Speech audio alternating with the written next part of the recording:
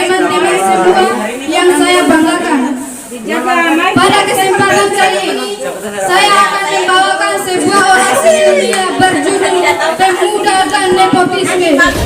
Lalu bagaimana peran pemuda dalam menghadapi masalah tersebut? Saat ini di belahan dunia lahir generasi pemuda yang punya pola pikir yang cenderung cepat serba instan, cenderung individualistik dan dramatik. Ilmu pengetahuan dan teknologi serta mudahnya akses pada media sosial telah menjelma jadi tempat favorit berkumpulnya pemuda lintas agama, dan muncul budaya-budaya hedonisme yang menjamur dalam masyarakat berbangsa bahkan bernegara. Dan di sini diharapkan peran pemuda dapat bersaing secara dalam hal positif dalam gerak kebangsaan, bahwa kita pemuda-pemudi Indonesia adalah pemegang peran penting sejarah kemajuan bangsa. Kepada pemuda harapan bangsa Indonesia di masa depan bertumbuh. Sebab pemuda yang hari ini sedang berproses belajar merupakan yang akan menggantikan para pemimpin yang saat ini menjabat posisi penting di negeri kita. Sekali lagi, pemuda adalah harapan Indonesia di masa depan, harapan yang akan menggelorakan semangat juang bangsa Indonesia agar terus berkarya sehingga bangsa kita menjadi bangsa yang berjaya, bangsa yang disegani dunia internasional.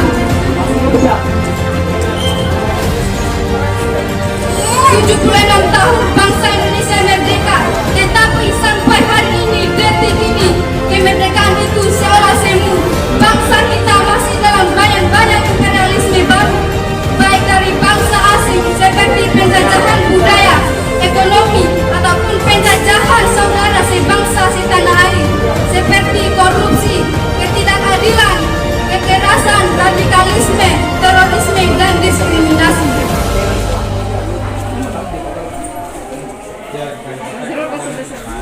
Hal tersebut hanya mementingkan kepentingan pribadi di atas kepentingan negara.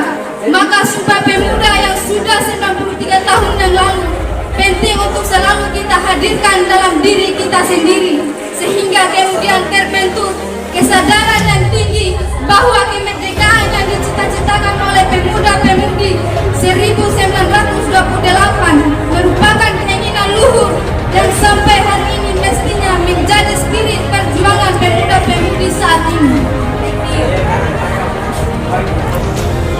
Bayangkan betapa mirisnya ketika melihat konflik kekerasan terjadi di mana-mana, baik atas perbedaan ras, suku, budaya ataupun agama, atau karena hal-hal sepele seperti yang terjadi pada pemuda-pemudi bangsa.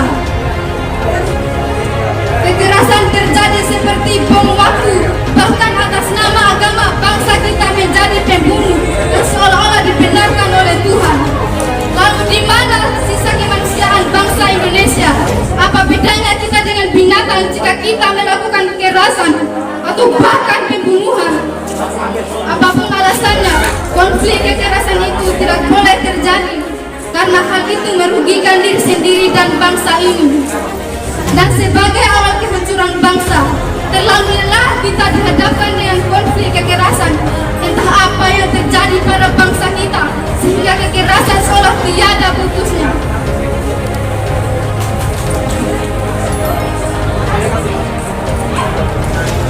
Bangsa kita sudah banyak lupa terhadap nilai luhur Sumpah Pemuda sebagai pemanti semangat perjuangan kebangsaan.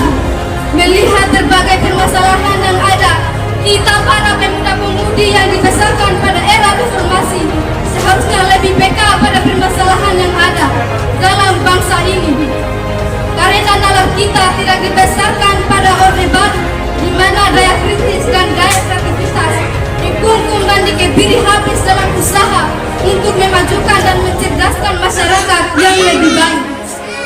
Sudah saatnya kita para pemuda-pemudi Indonesia untuk ikut serta dalam usaha memajukan kesadaran, pengetahuan, dan pendidikan yang berkualitas di negeri ini. Kita harus mengkontekstualkan ilmu yang kita miliki, karena tanpa pengaplikasian ilmu hanya seperti mumi, mati tak bergerak akan hilang di telan masa. Wiji Tukul pernah mengatakan, apa gunanya membaca buku jika mulutmu bukan melulu. Kini kukatakan, apa gunanya menjadi pemuda jika semangat tak ada. Masih pantaskah kita disebut sebagai pemuda sementara kekerasan dan kebodohan merajalela? Jika pun kamu saja pernah mengatakan, berikan aku seperti pemuda, maka akan kuguncang dunia. Lalu bagaimana dengan jumlah pemuda di Indonesia yang saat ini mencapai jutaan orang banyaknya? Kita bisa melakukan hal bersama-sama, saling bahu-membahu dan saling melengkapi di negeri ini agar menjadi lebih baik. Dari ujung Sabang sampai Merauke, dari Miangas sampai Pulau Rote, kita adalah bangsa Indonesia. Kita adalah saudara. Kita adalah bangsa yang besar.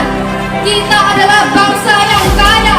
Kita adalah generasi emas Sumpah Pemuda. Kita bangun dasar kebersamaan atas dasar semangat nasionalisme yang tinggi. Kita boleh beda, tetapi kita tetap anak-anak Indonesia yang memiliki tanggung jawab besar untuk memajukan Indonesia. Kita tunjukkan kepada dunia bahwa di tengah-tengah garis khatulistiwa adalah negara besar dan maju bernama Indonesia. Sebelum saya mengakhiri, saya ingin berpesan kepada kita semua bahwa bangsa yang besar adalah bangsa yang mau dan mampu menghargai sejarah perjuangan para pendahulunya. Sedangkan pemuda yang hebat adalah pemuda yang mampu membuat bangsa menjadi bangsa yang kuat. Dan dari orang tua yang hebat, maka akan terlahir pemuda-pemudi yang hebat. Tetapi untuk memperbaiki keadaan pemuda-pemudi, terpulang dari kemauan dan usaha dalam diri kita sendiri. Sebagaimana pepatah yang berbunyi, where is the way and there is a way. Di mana ada kemauan, maka di situ ada jalan. Sekian dari saya, mohon maaf jika ada kesalahan.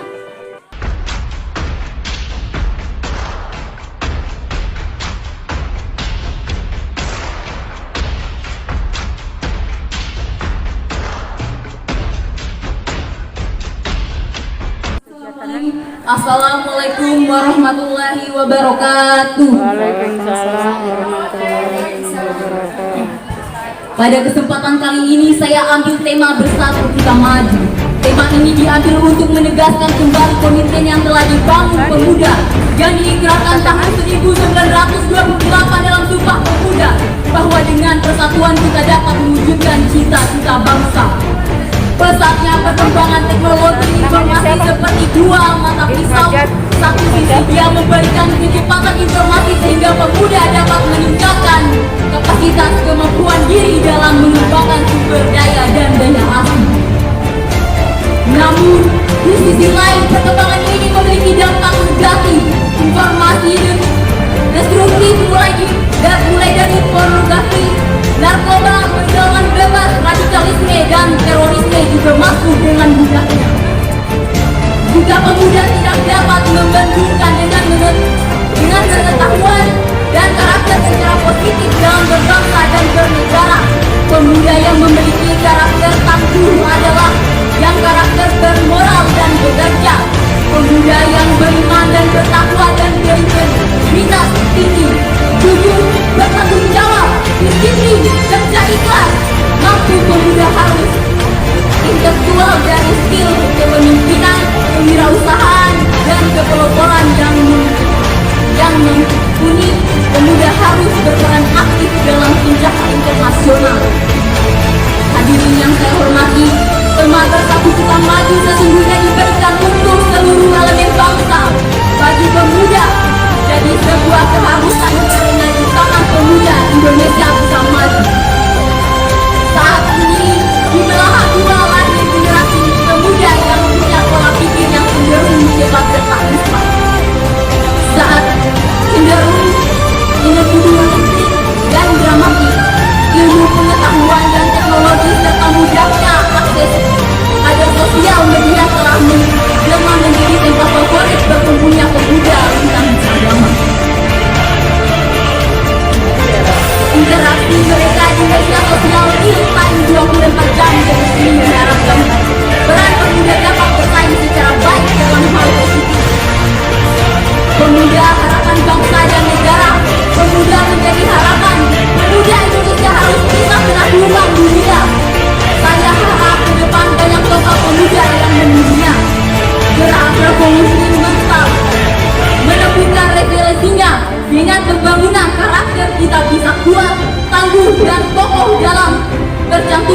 muda dunia.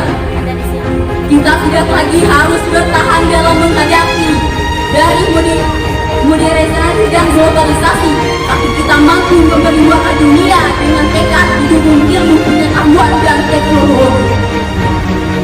Kemajuan tidak akan tercapai dalam arti sesungguhnya jika masa depan sebagai proses lanjut dari masa ini yang akan juga dengan sendirinya. Tetapi bagaimana generasi muda merespon dengan kearifan lokal mengenai perjuangan generasi sebelumnya tanpa terjebak kejayaan dan romantisme mau rasa serta kenyataan masa kini sehingga mereka tidak lagi sanggup keluar menatap masa depan. Kalau pemuda masa lalu dapat keluar dari sifat primordial, sikap suku, agama dan ras menunjuk ini dan kesatuan bangsa, maka tugas pemuda saat ini harus sanggup membuka jalan keluar dalam kemudian dia dari masa depan dunia yang lebih baik. Dalam Undang-Undang Republik Indonesia Nomor 28 Tahun 1999 tentang penyelenggaraan negara yang bersih dan bebas dari korupsi dan nepotisme telah dijelaskan mengenai pengertian KKN. Korupsi adalah tindak pidana sebagaimana dimaksud dalam ketentuan peraturan perundang-undangan yang mengatur tentang tindak pidana korupsi. Korupsi adalah permufakatan atau kerjasama dalam melawan hukum antara penyelenggaraan negara dan pihak lain yang merugikan orang lain, masyarakat atau negara. Nepotisme juga adalah setiap perbuatan penyelenggaraan negara secara melawan hukum yang menguntungkan kepentingan keluarganya atau kroninya di atas kepentingan masyarakat, bangsa, dan negara. Untuk melaksanakan pencegahan terhadap praktik KKN, pemerintahan Indonesia mengeluarkan landasan hukum yaitu Undang-Undang Republik Indonesia Nomor 28 Tahun 1999 tentang penyelenggaraan negara yang bersih dan bebas dari korupsi, kolusi, dan nepotisme. Dalam pasal 5 Undang-Undang Nomor 28 1949, penyelenggaraan negara dituntut menjalankan tugas dan fungsinya secara sungguh-sungguh, penuh rasa tanggung jawab, secara efektif, efisien, bebas dari korupsi, kolusi, dan nepotisme. Praktik KKN tidak hanya mungkin dilakukan antara penyelenggaraan negara, tetapi juga antara penyelenggaraan negara dan pihak lain seperti keluarga, para pengusaha, dan lainnya. Sekian dari saya. Assalamualaikum warahmatullahi wabarakatuh.